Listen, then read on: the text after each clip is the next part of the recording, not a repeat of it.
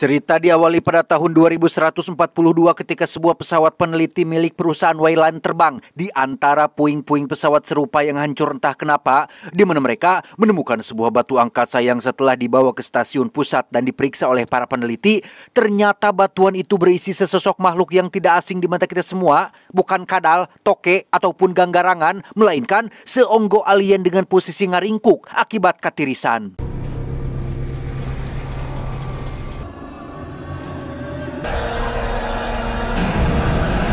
Dan inilah alien Romulus. Beberapa bulan kemudian, kisah akan berfokus pada seorang gadis bernama Ren yang terbangun oleh pengumuman para pekerja tambang, di mana Ren memiliki seorang adik bernama Andi yang saat itu sedang sarapan bersama sebelum memulai pekerjaan.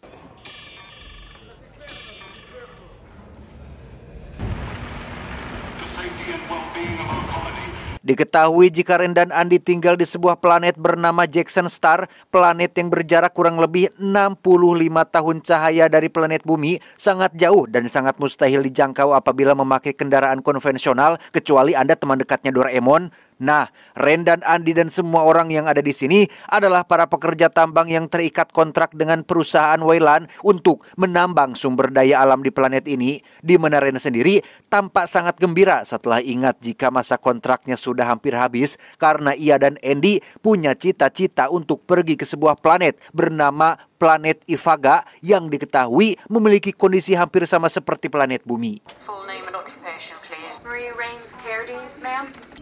I met my quota and I should be free to go now. I'm sorry, but you're not eligible for contract release yet. Dan alangkah terkejutnya Ren saat petugas berkata jika masa kontraknya ditambah jadi 5 tahun lagi. Hal itu disebabkan oleh sebagian pekerja yang banyak mengundurkan diri. Sehingga apa mau dikata, Ren harus mengubur keinginannya untuk bisa pergi ke planet Ifaga dalam waktu dekat ini. Unfortunately, quotas have been raised to 24,000. Grateful for your ongoing service.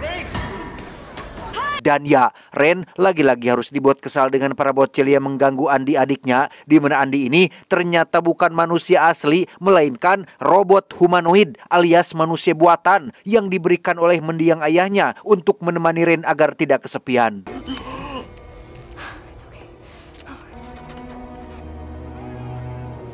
Tak lama, teman Ren pun menelepon dan mengajaknya untuk berkumpul. Yang setibanya mereka berdua di sana, teman-teman pun memberitahu jika kemarin mereka menemukan sebuah stasiun antariksa yang terbengkalai melayang dekat sekali dengan planet ini. Mereka sangat yakin jika stasiun antariksa sebesar itu pastinya memiliki kapsul cryosleep alias kapsul tidur yang biasa digunakan untuk melakukan perjalanan panjang. Dengan fakta bahwa semua orang ingin pergi ke planet Ifaga, teman-teman pun punya ide untuk mencuri kapsul tersebut agar bisa melakukan perjalanan menuju planet Ifaga tanpa harus menunggu masa kontrak kerja mereka habis. Why are we all sitting around here waiting for travel permits that they're never going to give to us? Before someone else does.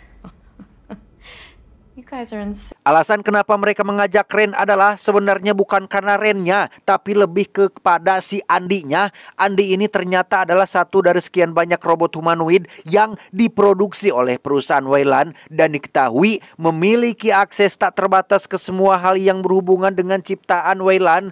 Nah, mereka membutuhkan Andi untuk membuka akses masuk menuju kapsul tersebut karena hanya Andilah satu-satunya orang, satu-satunya manusia buatan yang dapat melakukannya.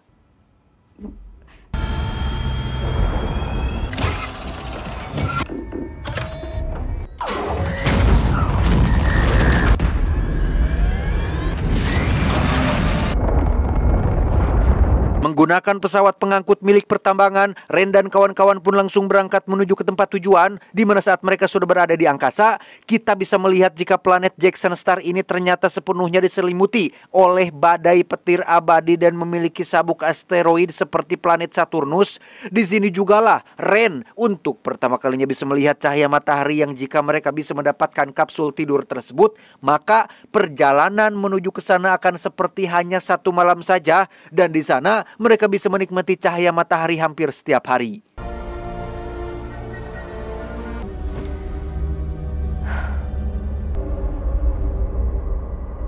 Setelah berada cukup dekat dengan stasiun antariksa yang dituju, mereka baru sadar jika stasiun itu bergerak mendekat ke arah sabuk asteroid yang sepenuhnya diisi oleh batuan angkasa, yang setelah dikalkulasi menggunakan komputer, stasiun tersebut akan mengalami benturan dalam waktu kurang lebih dari 36 jam. Sehingga itulah waktu yang mereka miliki untuk mendapatkan kapsulnya sebelum stasiun itu hancur oleh cincin planet tersebut.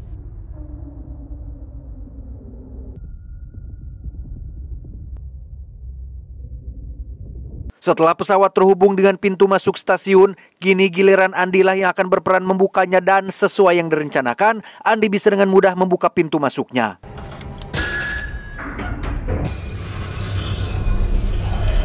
Ditemani oleh dua teman Ren, yaitu ada Tyler si kalem dan Bejon si gerengseng. Andy akan masuk ke stasiun untuk mencari kapsul tidurnya. Di mana saat mereka sudah masuk ke sana, Ren dan kawan-kawan pun baru sadar jika stasiun ini memiliki sistem keamanan otomatis berupa generator sistem gravitasi yang akan menyala dan mati dengan sendirinya.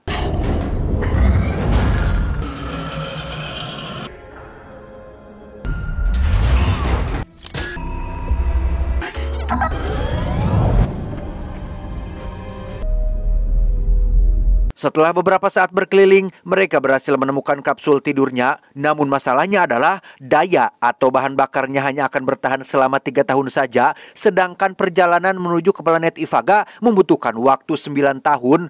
Bejo sempat putus asa dan murang-mareng, berbeda dengan Tyler yang langsung menemukan solusi untuk masalah ini, yaitu sebuah ruangan berisi bahan bakar kapsul yang letaknya berada di ujung lorong.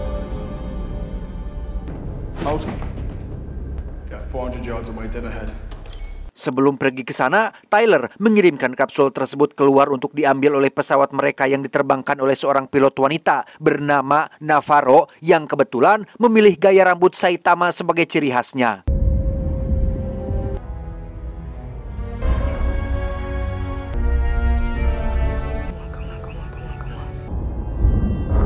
Di saat yang sama, adik Tyler yang bernama Kai pun mendadak muntah angin lenca yang setelah Ren telusuri, ternyata si Kai ini sedang hamil muda hasil hubungannya dengan seorang gadun, di mana Kai sengaja menyembunyikan hal ini karena takut dimarahi oleh Tyler kakaknya. Oh, girl.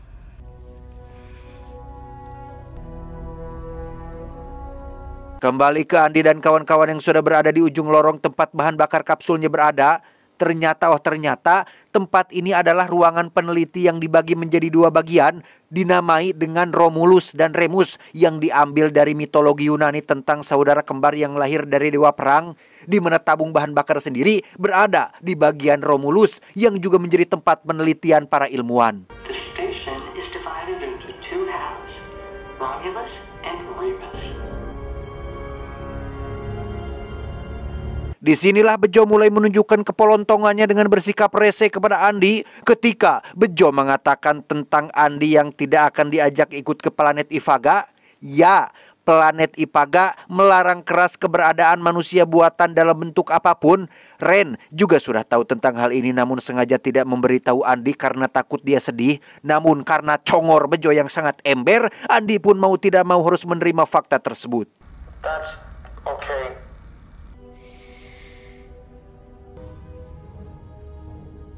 Tiba di lab Romulus, Bejo menemukan alat sengat listrik yang tergeletak begitu saja, di mana saat Bejo iseng membuli Andy menggunakan alat sengat tersebut, tiba-tiba... It's a joke. Well, watch out. Ya, Bejo nyaris terjatuh ke dalam lubang yang sepertinya diakibatkan oleh tumpahan cairan kimia berbahaya. Namun yang mengejutkan adalah ada seonggok manusia buatan sama seperti Andy tergeletak mati dengan kondisi setengah badan.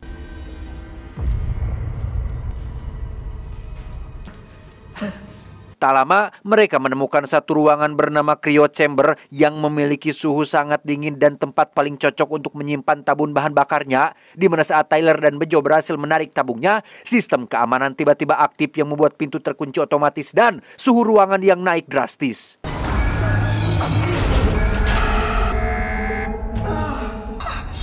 What's happening? Andy sempat mencoba membuka pintunya tapi gagal sehingga Ren dan Navarro pun mau tidak mau harus turun tangan langsung membuka pintu tersebut dari luar.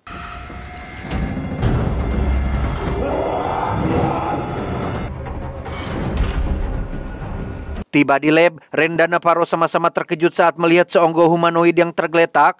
Ren jadi punya ide untuk mengambil chipset atau hard disk atau apa tuh ya namanya, kartu memori merenya, untuk nanti dipindahkan ke Andy agar punya akses membuka pintunya. Di mana pada saat yang sama, Navarro justru menemukan sebuah alat berupa lampu sinar X yang biasa digunakan untuk melihat kondisi tubuh bagian dalam.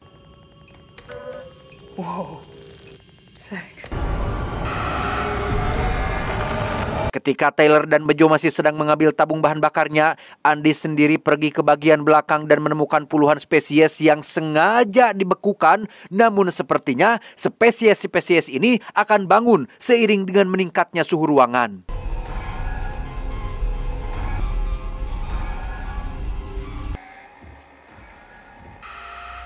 Tak lama, Ren pun datang untuk memberikan kartu memori yang sudah berhasil ia ambil, di mana Tyler langsung memasukkan kartu memori tersebut ke dalam tubuh Andy dan...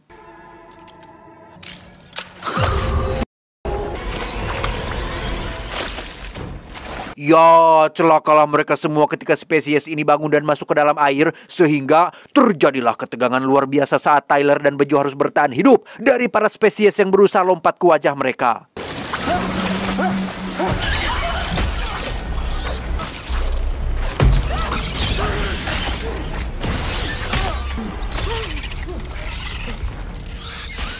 Setelah Andy bangun dan berhasil membuka pintunya, mereka langsung mengunci pintu dari luar dan pergi dari sana, tetapi...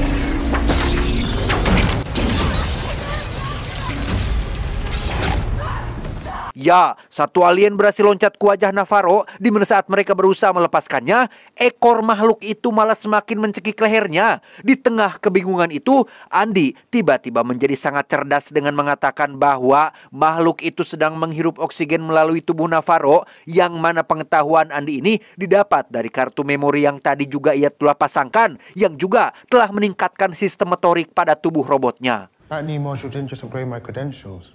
It's substantially updating my AI and it's... Andy, do you know how to help her? Satu-satunya orang yang dapat memberikan jawaban tentang bagaimana cara melepasnya adalah dengan membangunkan jasad robot yang tinggal separuh.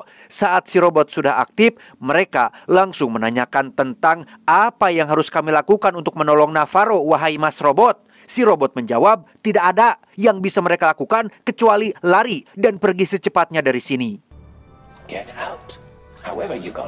Si robot juga menerangkan bahwa makhluk itu adalah spesies parasit yang dinamakan dengan parasitoid yang sedang menyalurkan benihnya dalam tubuh Navarro yang nantinya akan melahirkan spesies lain yang tumbuh dengan cepat. Dan tebak spesies apa itu?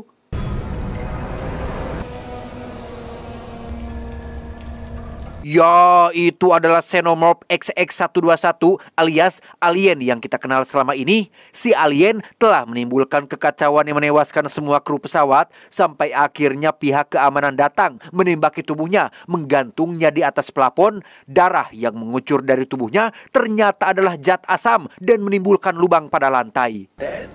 Only to trigger its swan song. You dead. But... Tak lama, Ren terbesit sebuah ide untuk membekukan ekor si parasit menggunakan tabung bahan bakar kapsul, di mana cara itu akhirnya berhasil membuatnya terlepas hingga Navarro bangun dari pingsannya.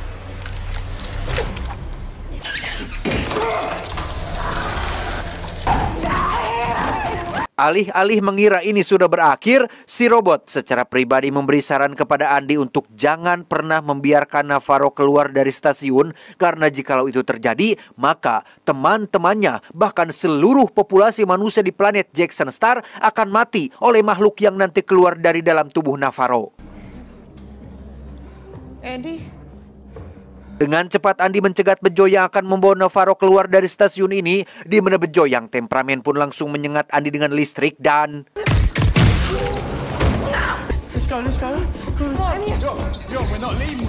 Bejo langsung membawa Navarro kembali ke pesawat meninggalkan Ren, Tyler, dan Andy yang masih berada di sana, di mana Andy dengan cepat bangun dan kembali mencegah mereka pergi, tetapi...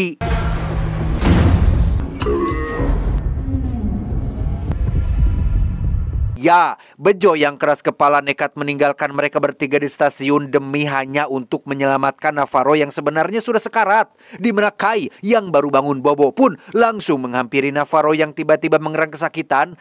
Penasaran dengan apa yang bergerak-gerak di dalam tubuhnya, Navarro pun menggunakan lampu sinar X untuk memeriksa dan...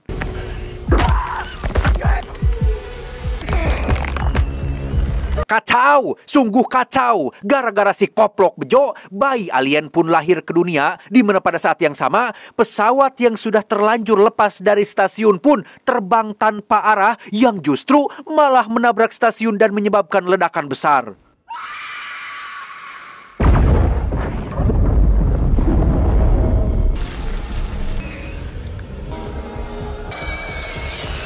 Akibat ledakan itu, stasiun pun bergerak lebih cepat menuju sabuk asteroid. Benturan yang tadinya akan terjadi dalam 36 jam, kini menjadi sekitar 46 menit lagi. Sehingga, bejo, gara-gara ente semuanya menjadi kacau, cok!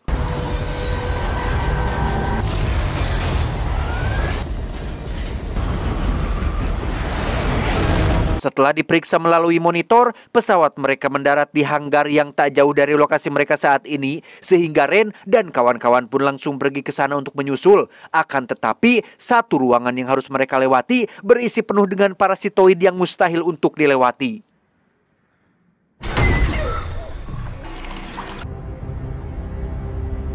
Andi dengan pengetahuan barunya memberitahu jika parasitoid itu tidak memiliki mata dan mendeteksi manusia melalui suara dan hawa panas, sehingga satu-satunya cara untuk mereka bisa lewat adalah dengan berjalan secara perlahan, tenang, dan tanpa menimbulkan suara.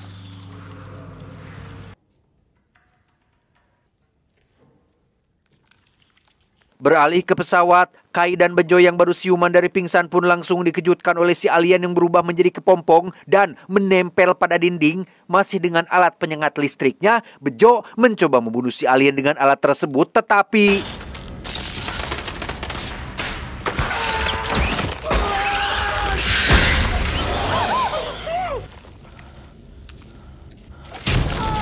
Ya, mamam, Bejo si beban menjadi orang pertama yang mati, di mana Kay yang tak bisa membuka pintu pesawat pun menghubungi Tyler kakaknya melalui telepon tanpa tahu jika saat ini Tyler sedang berada dalam situasi krusial yang menuntutnya untuk tetap tenang.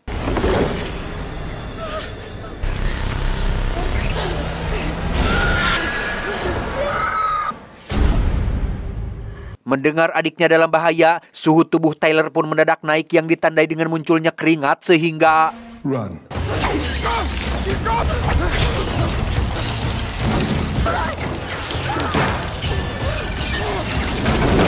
Ya, mereka bertiga berhasil selamat berkat Andi yang menutup pintu dengan akurat, di mana Kay sendiri harus berjuang sendirian dalam detik-detik menegangkan ketika si alien yang sudah dewasa berjalan tepat di atasnya.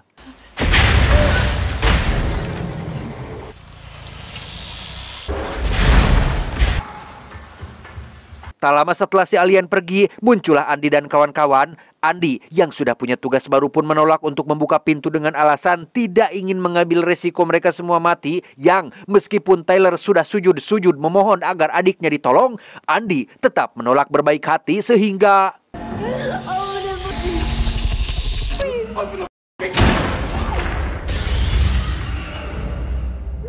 Entah bagaimana nasib Kai sekarang, Andi membawa Tyler dan Ren menaiki sebuah lift cepat menuju laboratorium Romulus yang berada di dasar stasiun untuk diperlihatkan dengan kenyataan yang sesungguhnya.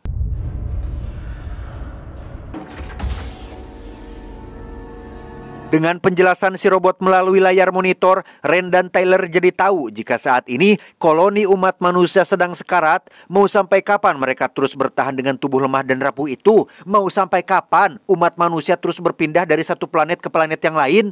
Ya, itulah landasan utama perusahaan Weyland didirikan setelah menemukan spesies makhluk luar angkasa yang disebut dengan Xenomorph. Perusahaan Weyland berambisi untuk menciptakan manusia generasi terbaru yang bisa tahan terhadap kondisi ekstrim seperti cuaca, suhu, oksigen, panas, dingin, tahan penyakit, tahan banting, tahan diledekin, tahan gunjingan tetangga, dan lain-lain. Menggunakan sampel Xenomorph alias alien, para ilmuwan melakukan eksperimen untuk menciptakan serum yang dapat membuat, merubah, mentransformasi tubuh manusia mengalami peningkatan secara fisik dan kecerdasan. I've turned it into the miracle Mr. Weyland died searching for. Set 01 contains the genome responsible for the Hasilnya, inilah serum yang sedang dipegang oleh Andi, berisikan zat atau senyawa yang dapat mempercepat evolusi, sehingga orang yang disuntik serum tersebut akan mengalami peningkatan fisik, evolusi yang cepat, meskipun pada kenyataannya belum pernah diuji coba langsung pada manusia. We simply cannot wait for evolution anymore. Tugas baru Andy sekarang adalah membawa Ren dan Tyler keluar dengan selamat dari stasiun.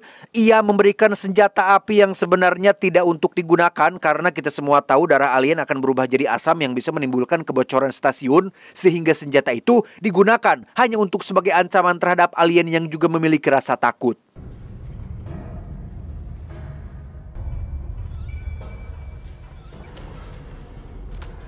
Tepat saat benturan tinggal 20 menit lagi, Andi dan kawan-kawan pun bergegas keluar melalui jalur lain yang ternyata sudah dipenuhi dengan materi hitam yang menjadikan tempat itu layaknya gua menyeramkan. Baru saja akan kembali ke atas menggunakan lift, Tyler tiba-tiba mendengar suara Kai adiknya dan langsung berlari menuju sumber suara tersebut. Okay.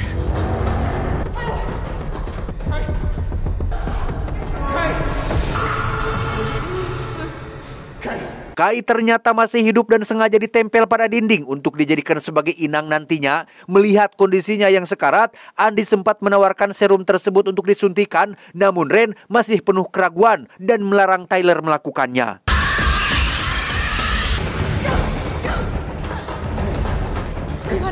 Sesampainya di depan lift, Tyler terpaksa mengorbankan dirinya sendiri ketika satu alien akan menyerang Ren dan adiknya. Ia menjadi orang ketiga yang mati, menyusul teman-temannya yang lain.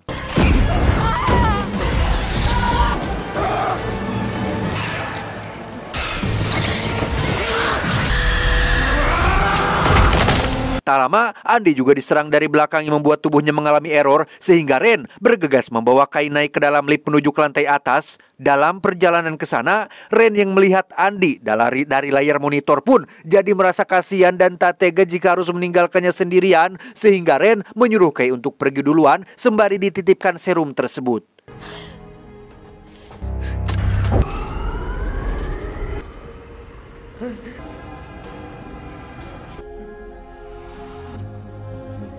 Setelah Ren turun menggunakan tangga, Kai sendiri mulai ketar-ketir dengan kondisi kehamilannya. Tak ingin situasi semakin buruk, Kai berinisiatif menyuntikkan satu serum ke dalam tubuhnya, berharap mengalami peningkatan fisik untuk membuatnya tetap hidup.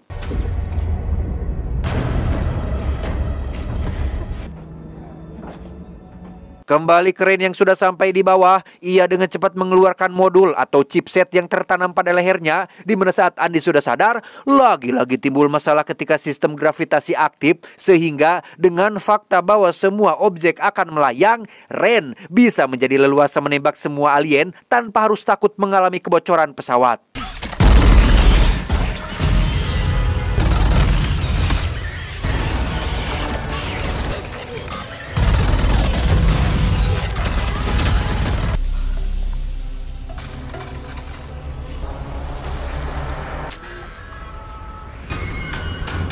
Tiba di jalur lift, mereka hanya tinggal melompat dan akan meluncur dengan sangat cepat. Namun karena satu alien berhasil meraih kaki Ren, ia pun harus tertinggal dengan Andi yang sudah meluncur duluan. Lepas dari alien, Ren lagi-lagi harus menghadapi masalah baru yang jauh lebih berat, yaitu ketika sistem gravitasi mati, yang tentu saja akan membuatnya jatuh bebas, dan inilah yang terjadi.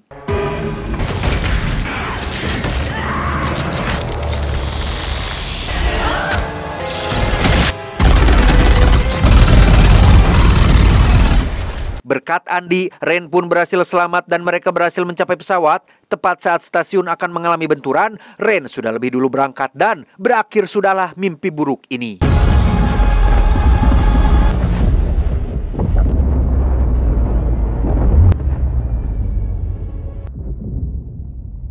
Dengan kapsul yang sudah ada di sana, Ren akhirnya bisa pergi ke planet Ivaga sesuai cita-citanya. Sementara ia dan Kai akan tidur di kapsul Krio, Andi sendiri akan dinonaktifkan sembari dicas kabel Type-C. Namun, baru saja Andi di-off-kan, Ren harus menghadapi masalah baru ketika Kai melahirkan bayi pertamanya, yang ternyata efek dari senyawa yang ia suntikan merubah janinnya menjadi benih alien dalam bentuk telur yang langsung jatuh ke ruangan kargo yang berada di bawah.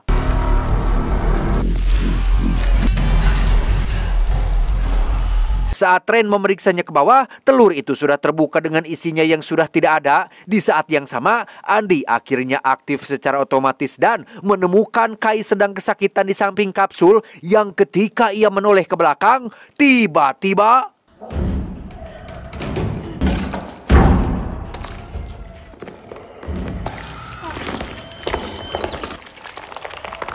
ya, inilah The Offspring, spesies hibrida hasil dari pencampuran antara manusia dan alien, di mana makhluk ini langsung menyerang Andy dan menghabisi Kai yang notabene adalah ibu kandungnya sendiri.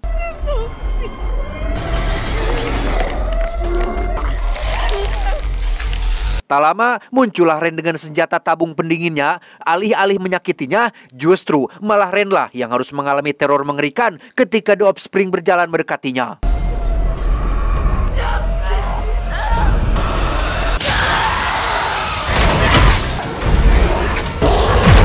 Lolos dari makhluk itu, Ren dengan cepat memakai baju astronot seiring dengan munculnya ide untuk mengeluarkan si makhluk menggunakan ruangan kargo, di mana saat Ren sudah turun ke bawah dan masih melakukan serangkaian prosedur pelepasan, si makhluk ternyata nyusul duluan dan langsung menghantam Ren hingga terlempar.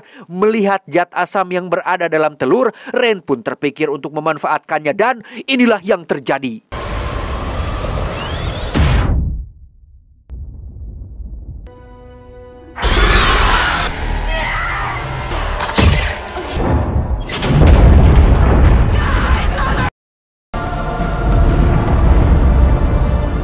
Setelah semuanya benar-benar berakhir, Ren pun langsung masuk ke dalam kapsul dengan Andy yang masih dalam mode off alias mati, di mana Ren berjanji akan memperbaikinya ketika nanti sudah sampai di planet Ivaga, yang selama 9 tahun perjalanan menuju ke sana, pesawat Ren sempat berpapasan dengan Peter Quill dan kawan-kawan Guardian of the Galaxy, namun tidak sampai masuk karena takut dengan Andy, tidak pakai lau. Yang terakhir barusan, biasa ya, cuma karangan saya saja. Hehehe, cus